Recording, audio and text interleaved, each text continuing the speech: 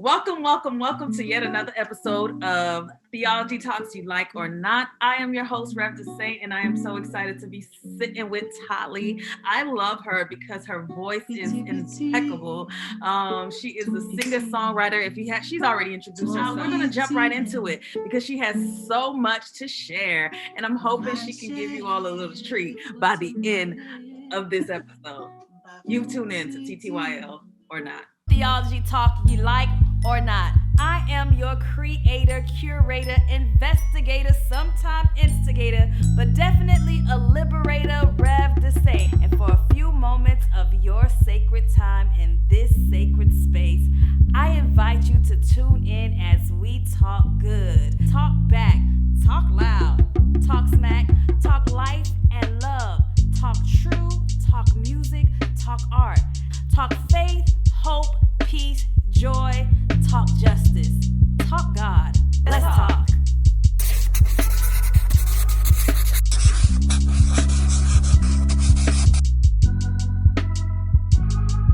What's up, Talie?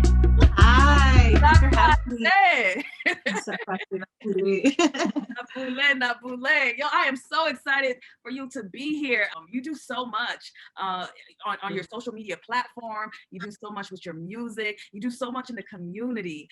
Tell the folks about how you have become to hone this creative space for yourself. Yeah, so I'm from Haiti. I was born in Port-au-Prince, but my parents moved here when I was a baby. And so I spent like the first 7 years of my life in Philly, living in North Philly.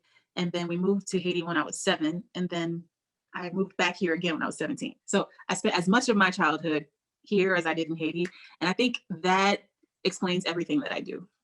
Because if you can hear both Haiti and Philly in my music, Haiti and Philly influence everything, like the work that I do. Because, I grew up in the poorest country in the Western Hemisphere and in the poorest large city in America. And I think that allowed me to question the world in certain ways and to not accept the things that I was told I'm supposed to accept. I just think the lies of the world were just made more clear to me because I'm from those two cities. Like, two cities are just so misunderstood. Two cities are so neglected by the world and have so much powerful Black culture. So I think, the two cities that made me really influenced the creative that I am now. Yeah, that is so great to hear. I don't know if I knew that. I knew you were from Haiti. I didn't know that this was like your primary U.S. home. And so merging those two cultural aspects and the sound of Talie. Wow, what one sound at one of your last album that you released. Oh my God. I mean, when I tell you it has been the soundtrack of my life for 2020, it has gotten me through. I'm serious. Like, I go on Spotify, even though I have the actual album that I play on my car, because I still have a CD player in my car. But I also play on my Spotify, and it was like out of the top 5 songs that came up, 3 of them was yours from that CD. I mean, it really got through 2020. And so from that album, which one would you say is really a nice merge of what you say the rich history of Haiti and the rich history of Philadelphia? I'd say maybe, I think all of them are, but I think Cousin might show that more blatantly, because Cousin is actually a traditional Haitian folk song. I love folk songs. The special thing about folk songs is that, like, they don't have a specific owner. They're owned by the community. So when you hear a folk song from a specific place, you are meeting all the people from that place. And so that's why I make it a point to keep folk music in my repertoire, because I'm representing Haiti. However, that song is very much an arrangement I made. And the way I sing is very much because I listened to Lauryn Hill growing up, and because I was, obsessed with Kirk Franklin, and, the way I sing, my vocal stylings, So basically I'm singing a Haitian folklore song, but in the style of kind of a gospel song, or kind of a jazz song. And I think that really does tell the story of, like, the fact that I'm influenced by both, because I was in both places when I was becoming a person. I was becoming an artist. When did you realize that you had the gift archery? Were you raised in a musical family? My mom is a musician, and she was the children's choir director at our church. But also she made me and my siblings into a little sibling choir. There's 5 of us. Oh, yeah, like Jackson 5, Haitian style. Okay. Yeah. So my mother plays piano and she plays guitar and she sings and she writes. I'm like a copy. I'm a copy of her. I'm just trying, like everything I'm trying to do is just like a lesser version of what my mom does. Oh no. You know, my other siblings grew out of it, but me and my brother, we never grew out of it. Yeah, my brother is a classical singer. He has a doctorate in voice. So he teaches at Lincoln University. And I sing, you know, Haitian folk / soul. So we're quite different artists, but, you know, from the same well of, you know, musical. Yeah, and what's so I hear the musical side is from your mother, but I know just reading some of your articles, I know that your political side is rooted from your father, and the work that he has done. Tell me about your dad. Tell me how he has influenced the work and the platform that you've developed. Sure. So I'd say my political side comes from both of my parents. Both of my parents are very, when they were my age, they were, you know, activists and, you know, very active, at least active citizens. And yeah, so my father is a very special guy. He, you know, he's worked in economic development and he's a theologian. He's a preacher, not a lay preacher. He doesn't have a church, but, you know, he's good with words and he has a theology degree, but he's also just like the kind of person who's just always had Haiti on his heart, you know? So like my parents moved here when I was a baby to go to grad school. And they moved us back because they were like, one, we're not going to raise Black kids here. But two, my dad just had a dream to change Haiti. And so did my mother, for sure, you know? And so, yeah, these are the people that raised me. These are the kind of people who were very, very active in, you know, in the uprisings to get Duvalier ousted, you know? And my dad is always just constantly like analyzing the political situation and urging Christians that they need to always be implicated, and that, you know, like my mom and my dad always say, like, you know, the Protestant church is supposed to be an active voice, you know, because the Protestant church was born from an act of protest, right? Yeah. And that means that the Protestant church should represent people of God who want to keep power accountable. And who are always, you know, being a voice for what's unjust. You know, that's what they always like ingrained in me. Like, this is why we're Protestants, because Protestants are ones who know that we are to be learning, we are evolving, and we're ready to evolve. We're not stuck in one way, and we're ready to be a voice with people and hold power accountable. And so my dad is always very much. You can find an old interview he gave when he was my age, where he was on a panel with other activists and explaining why the church needs to be involved in the movement to get Duvalier out, because a lot of Christians think that's not their role, you know. And yeah, those are the people I come from. That is so beautiful. Growing up Haitian myself, and I know that culture, especially that culture in Miami. I was born and raised in Miami, and how they do separate political from the religious, and I think.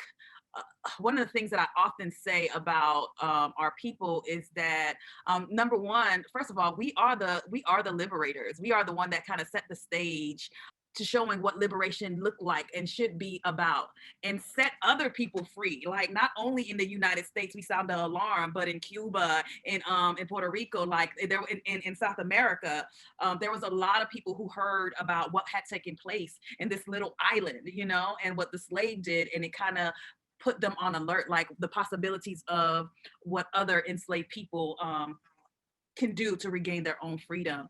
And yet and still. Well, it's not simply that they heard about it. So basically, our ancestors who led the revolution understood that as long as they lived in a world where slavery existed, that means that we could be enslaved again. So they knew that the fight to end slavery in our country was not where it didn't end there, you know? So, because if you are fighting to save yourself from someone who is hurting you and your neighbor, you think that you could just spare yourself while that person's still hurting your neighbor, you know? So basically, our founding fathers basically provided aid and weapons and money and inspiration to revolutions that were happening in South America. As far as revolutionary Greece, in Greece, they sent coffee. They sent coffee to be sold and to buy weapons. Simon Bolivar, who came to Haiti, and Pétion allowed him to keep his family safe as he went and fought in the revolution in South America. And a number of revolutionaries in South America brought their families to Jacmel and kept them safe while they went and fought. And that's where their families got refuge. And that's why actually a number of flags in South America are red and blue. It's from the Haitian flag as a tribute to Haiti, because without Haiti, they would not have had, they would not have been liberated. Simon Bolivar went and fought in battle with a sword that was gifted to him by Pétion. Yeah. And it's just like the Haitian Revolution completely changed the world order of the time, because it was a world that was just completely accepted. Black people are enslaved, and that is fact. And our ancestors were like, no.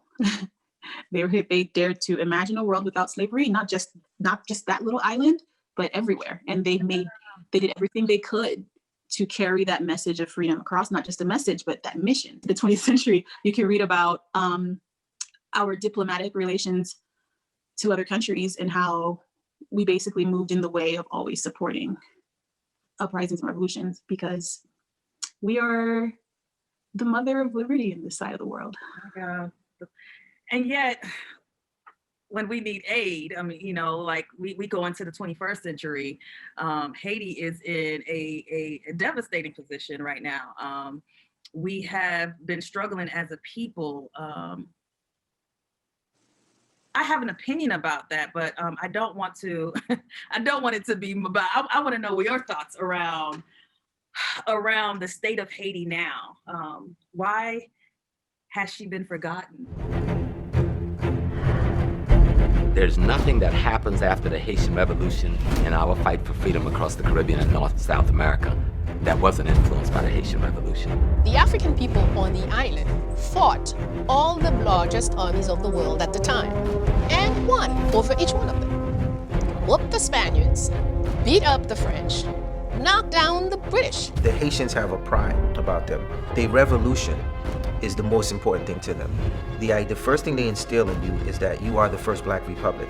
1804 becomes important because it's the date at which the implementation of the dream of real revolution and real equality and new nation status and the ability to defend your new nation is manifest. When you look at modern historians, when they talk about victories that Europeans had over non-white people, they always frame the narrative as victories. But when African people rise up and fight off their European oppressors, they frame the narrative as a massacre. Africans everywhere that were enslaved resisted it. Haiti becomes significant because it was the first time in human history that an enslaved population actually overthrew their oppressors. The Haitian Revolution, though, was the most organized, the most large scale, the most impressive in terms of structure and complication from the very beginning. Haiti made more money for France than all 13 colonies. The Haitian Revolution was very influential, particularly amongst Africans. It was seen as an inspiration for Africans in this hemisphere, just as it was seen as a horror by those who held slavery here. There is a concept that we must defeat Haiti. We must ground them into the ground. We can never let them rise. They are an example of Black power. They are an example of what happens when people who are oppressed decide to stop being oppressed.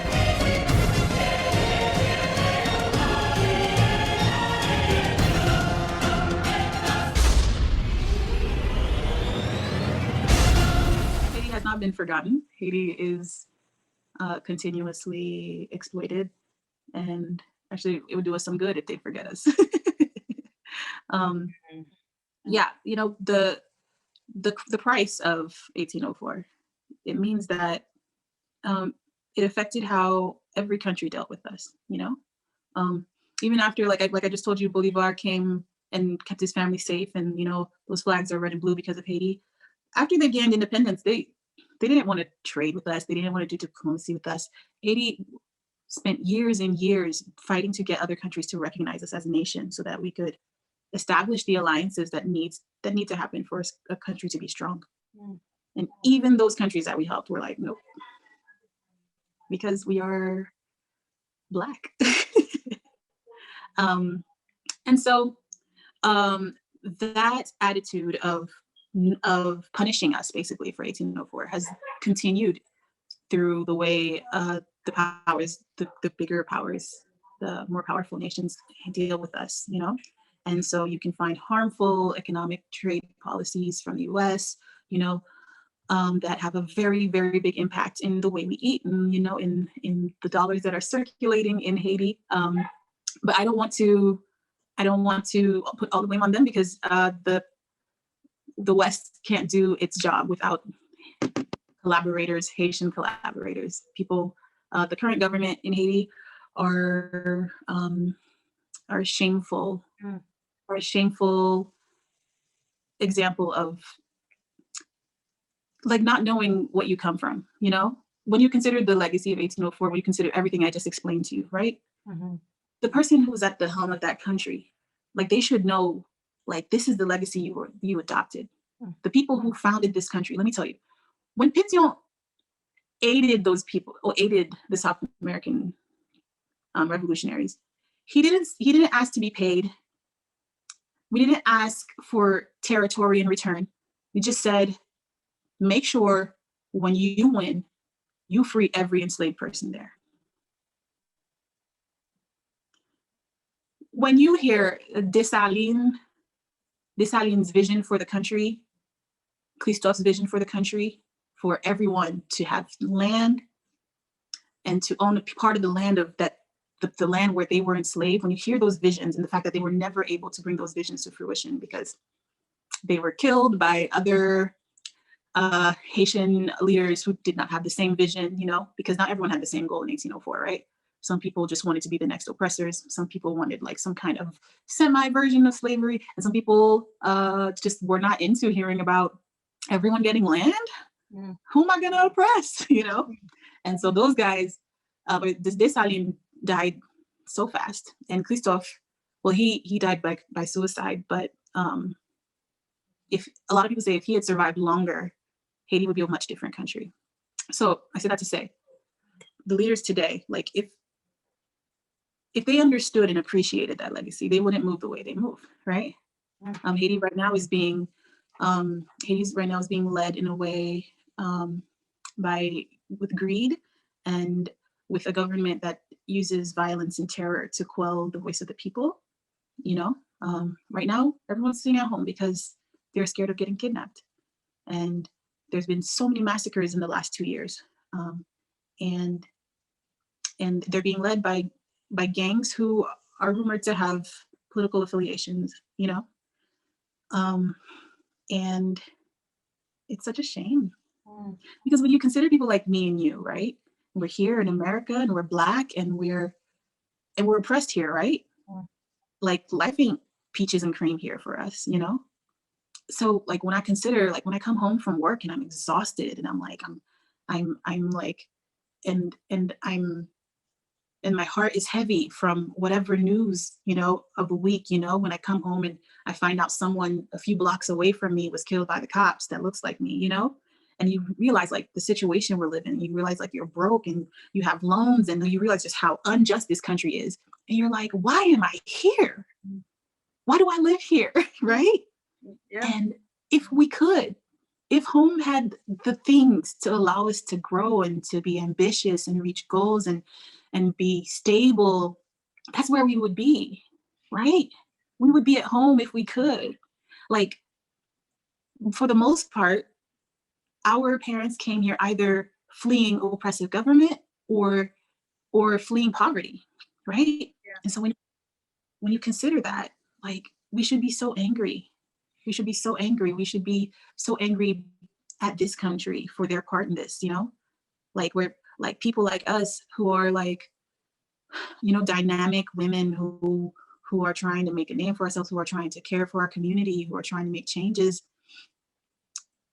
If we were able to do that in our country, you see what like what's stolen from us. Yo, listen, you is putting me in a hard space, Talie. Oh my goodness. Like I'm so deeply grieved. Like I've always grieved Haiti in a particular way.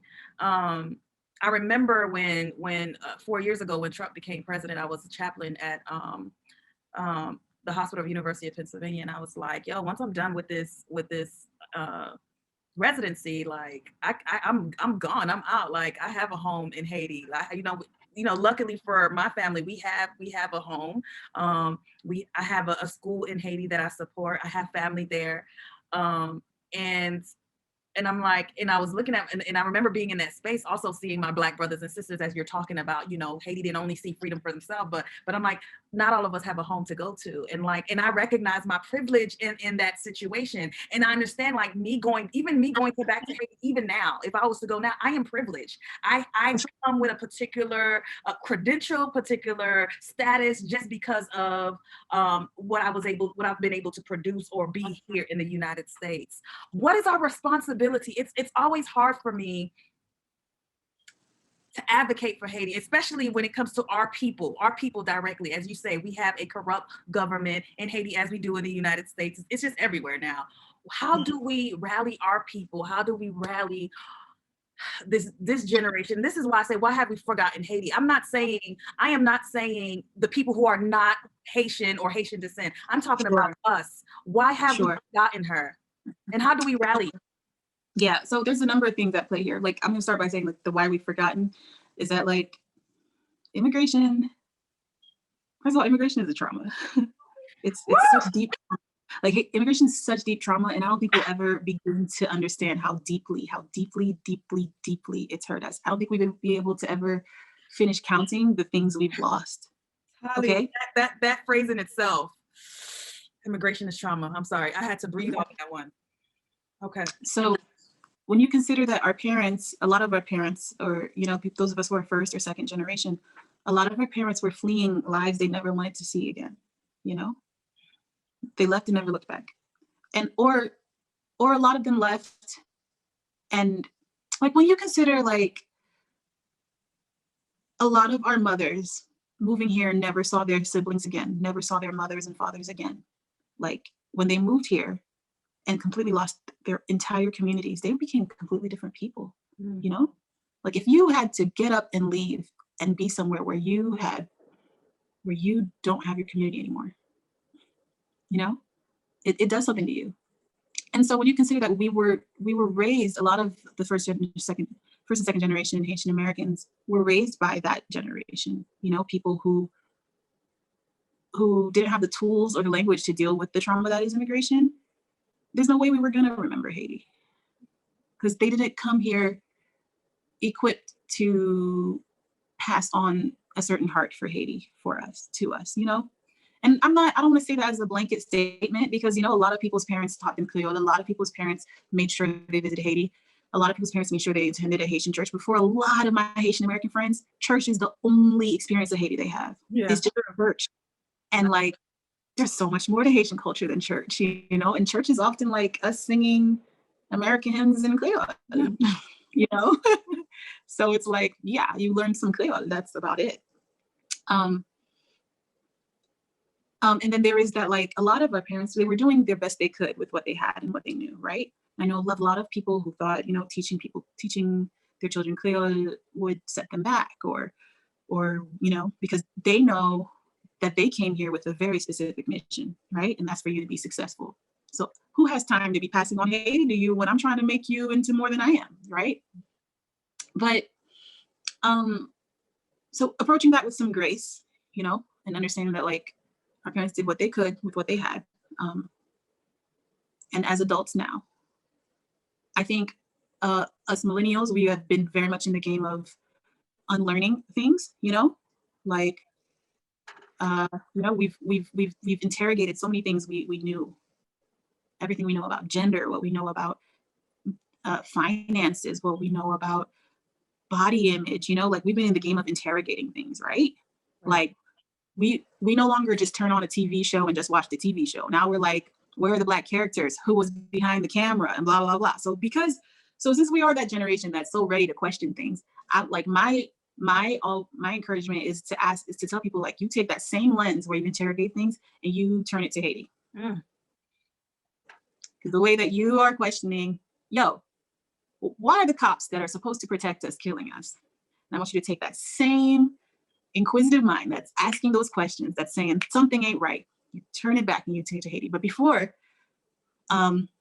you do that, you sit down and you learn Haiti, because we tend to go in tout feu tout flamme. We just like, we don't listen, we talk, and we're like, we're American, we got this education, I got this degree, and blah, blah, blah. And you go to Haiti and you don't listen, and you start a program, you don't even research who's already doing it. You don't collaborate with people on the ground, and you don't come in with a learning spirit.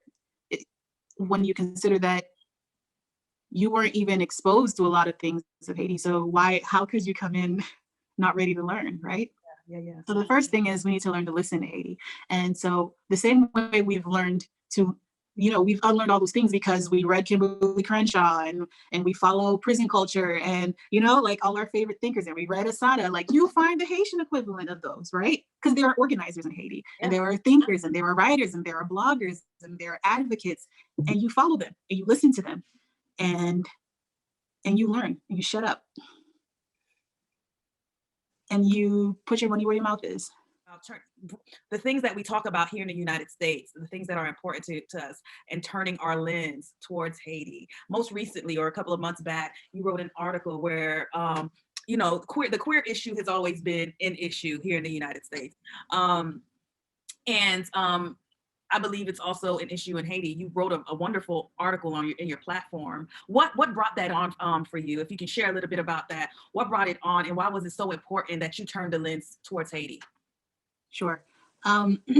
So there was a new penal code published by the current Haitian president. So for a little bit of context, right now Haiti has no parliament. And that's because the current president did not organize local elections. So basically all the deputies and senators, their terms ended without their replacements being elected, okay? So what that means is their terms expired, and because there's only a certain amount of years that you're elected for. So their terms ended before anyone else could be elected because they did not organize elections. That means that our current president doesn't have a parliament that has to approve things, and he's just ruling by decree.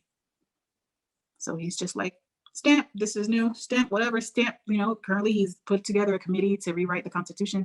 I'm going on a different tangent, let me come back. So he published a penal code that redefines certain crimes. And it is a penal code. The penal code did need to be updated, that's for sure. And so people protested that penal code for a lot of reasons. One being that he should not be allowed to publish like some people say that he should not be allowed to publish new definitions to crime. He shouldn't be allowed to publish a penal code because he doesn't have a parliament, and he's being a one-man government. And a lot of people say it's a dictatorship. But the church had a very specific opposition to the penal code because it redefined hate crimes, and it broadened the definition of discrimination to include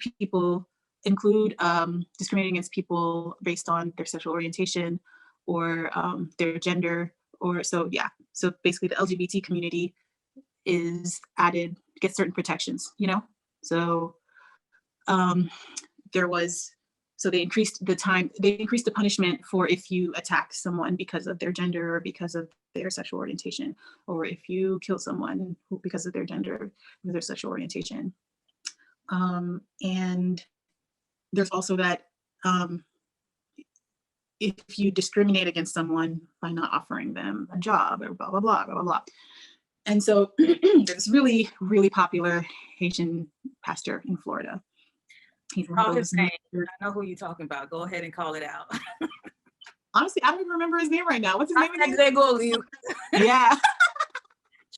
So yeah, he published a change.org petition and was like, the new penal code wants to force pastors to marry gay people, and it also wants to change our values and blah blah blah. And so he lays out all the parts of the penal code that he's against, and he was like, the articles that are like, you can't kill someone based on their sexual orientation, you can't beat someone based on their sexual orientation, and it's like, you're protesting for your right to kill gay people? Is that what it is? And so I guess he had advisors, and so they revised it very quickly to change it to be like, oh, we're just against the part where it says we can't discriminate against them, because if you can't discriminate against them, then that means you're going to force us to marry them. And it's such a ridiculous interpretation, because same-sex marriage is not even legal in Haiti. So basically they took it and made it about them, right? And so my point was, you just put a target, more of a target, because there's already a target on LGBT Haitians, right? You just put more of a target on their backs by making this weird interpretation of something this thing didn't even say. And there's so many valid reasons to protest this penal code, and none of them involve LGBT people. And so I wrote it because there's been so many messed up things that this government has done this year, and the church hasn't said a word. There's been massacres carried out by gangs, that people that are led by former police that have affiliations with the politicians. You said nothing, and you say nothing when gay people are killed, but you're going to say something when their rights are being protected. So I had to call it out. I was like, I'm tired, because I grew up in the church. I grew up in the Haitian church. That's where I learned to sing. That's where I learned to speak in public. And in a lot of ways it's home, but in a lot of ways it can't be home for me anymore, because why would I break bread with someone who's marching for their right to kill gay people? What's going on? What are we doing? So yeah, that's what that was about. Talie, thank you so much for your work. World. No, it's so needed. It's so needed. And I don't even millennials who have been raised in the church in particular, this is being perpetuated, and this will continue. And it's time that we break. And that's why I really believe on calling out names, not to give them like precedent or like a platform or whatever, or praise them, but I'm like, listen, these are the people that you're following, and these are the things that you're doing, and know what, because he has such an impact, such an influence in Haiti. I mean, I was in Haiti in 2018, and he had a big manifestation, right, outdoors, and he's telling folks, poor folks, oh, if you have this money, you will come down here. If you want your healing, you come and give this amount of money. And I'm like, do you know people are surviving $2 a week? And you're putting a money to their salvation? Man, I don't want to talk about him for forever during my thing, but he recently made a statement that had people up in arms that he ended up apologizing about. But I feel like we didn't get to the heart of what was wrong with it. He talked about a famous Haitian singer that he saw begging for money. He said he saw him begging for money or whatever. I know exactly the post. Yeah, and so he apologized, because people were like, "Yo, you don't get to," because he said it was like his life of sin led him to a life of poverty, because he was to sing for the world instead of singing for the Lord. And so, I had I saw people on my social media standing up for it, and I was like, I'm sorry, friends. And I had to ask my younger Haitian church leader friends, and I'm like, I know I disagree with you on a whole lot of things, but I do know that you're a millennial who's more politically aware than, we were raised to be. How do you reconcile looking up to a pastor that basically just told Haitians that poverty is the punishment for your sins, when you know that poverty is an injustice and a deliberate injustice, and how Haitians in the States and in Haiti and in France, wherever we immigrate, we are poor. We are poor. And this man is teaching a gospel that says we are poor because of sin.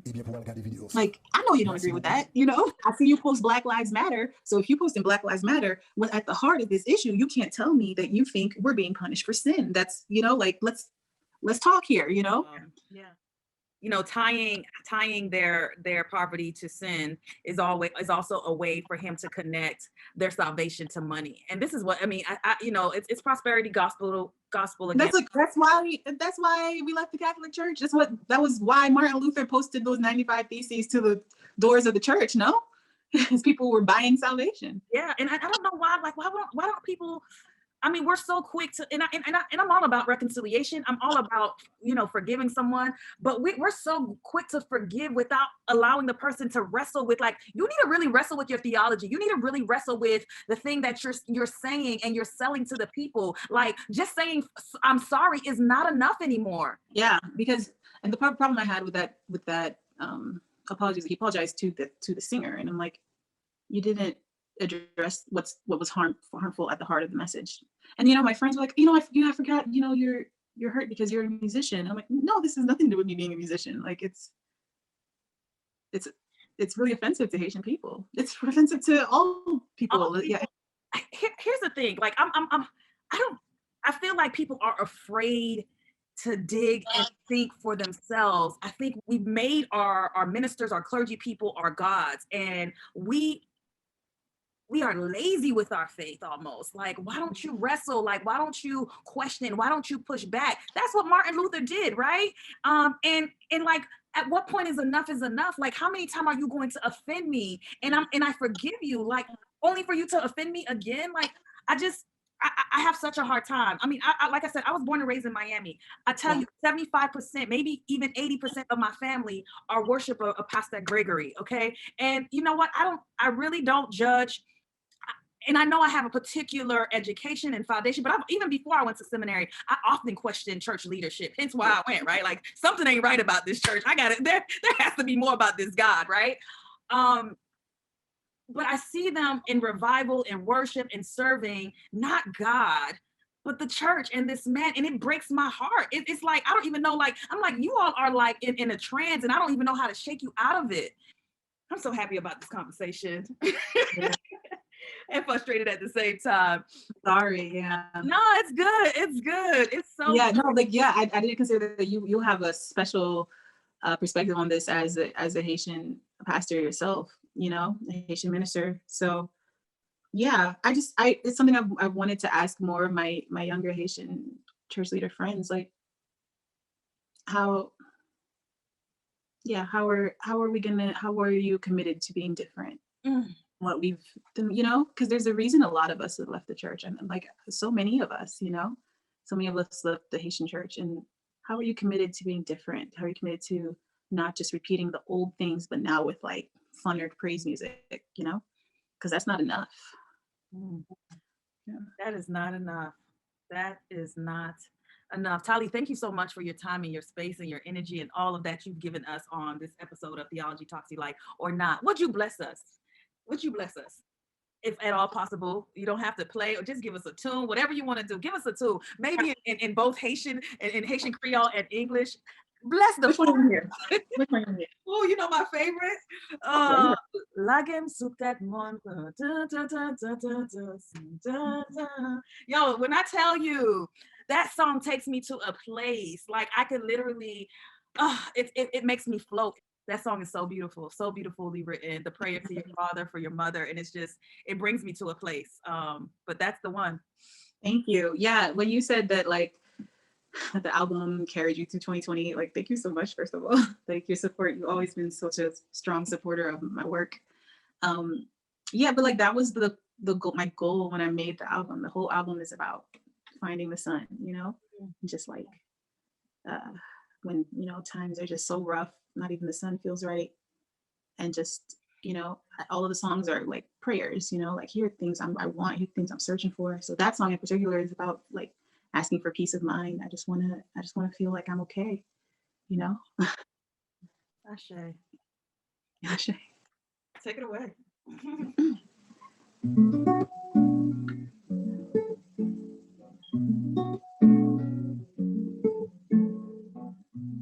Piti piti, tout piti, trop piti même. Ma chérie, côté malé, ba fouti di même. Tête chargée, tellement chargée, toi chargée même. Coquette, la baisse, toute femme, bagarre mi même. Pas tellement exigeant, si tout allait qu'il est. C'est m'enlever en réponse pour dire qu'il laisse mouiller la game sous tête monde. Côté l'amour, la école, pour m'carriver. Mais moi côté la meilleure qu'à laver tout l'année. La game sous tête monde, côté l'amour, la école, pour m'carriver. Moi, les danser sous ta nuage, yo, qu'elle pose ma joie. Oh,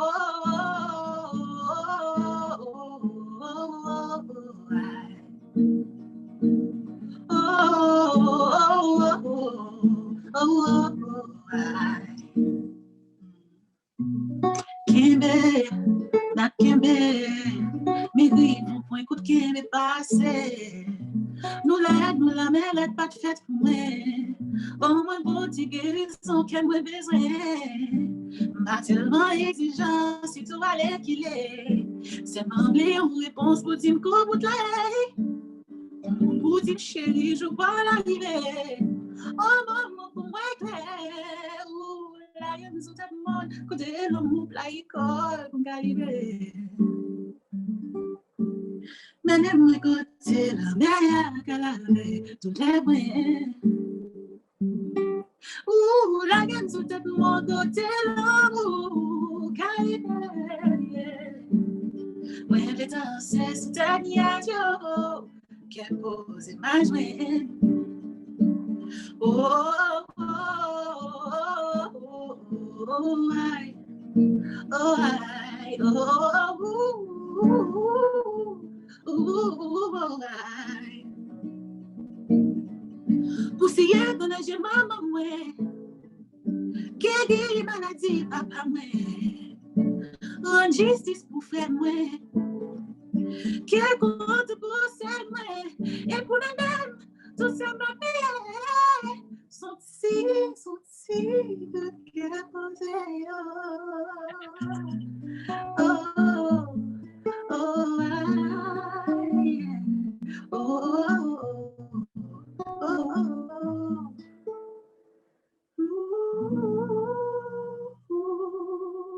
Yes. Talie, please tell the people your handles, where they can hear you, where, like, tell them all the information, where they can hear right. Music, where they can also see your writings, what you share on your platform. Sure. So if you want to stay connected to what's happening in Haiti, we make it a point to amplify the voices from Haiti, because we're not trying to be those loud diasporas I was talking about. WOY Magazine, WOY Magazine, WOY, like what? And we have a weekly newsletter where we summarize the latest news updates out of Haiti for you all in one place, and we break it down for you, and we direct you to outlets that are covering things and social media accounts that are covering things. So subscribe to our weekly newsletter. We're on Instagram, we're on Twitter, WOY Magazine, WOYMagazine.com. So that's that. As for me and my music, I can be found on Instagram at Miss_Talie, MISS_TALIE. My album Soléy Midi is on all major streaming platforms. And yeah, so follow me and shoot me a message and tell me you saw me here. Thank you so much for being here with us, with the TTYL or not community. Go ahead and follow Miss Talie. I promise you, you will be blessed. You don't even have to know Creole. You will feel the music in your soul, okay? And read those articles, be in touch about what's happening, not just in the United States, because it is what's happening in the United States is a direct reflection of really what's happening elsewhere. So please go ahead and check WOY Magazine, WOY platform out. And once again, thank you for being here with us on this episode of Theology Talks You Like or Not. I'm your host, Rev the Saint. See you next time. Peace. This season of TTYL or Not is being funded by Independence Public Media Foundation and supported by Good Pitch, Doc Society, and Love Now Media. Don't forget to subscribe to our YouTube channel, TTYL or Not, and click on notification for updated episodes.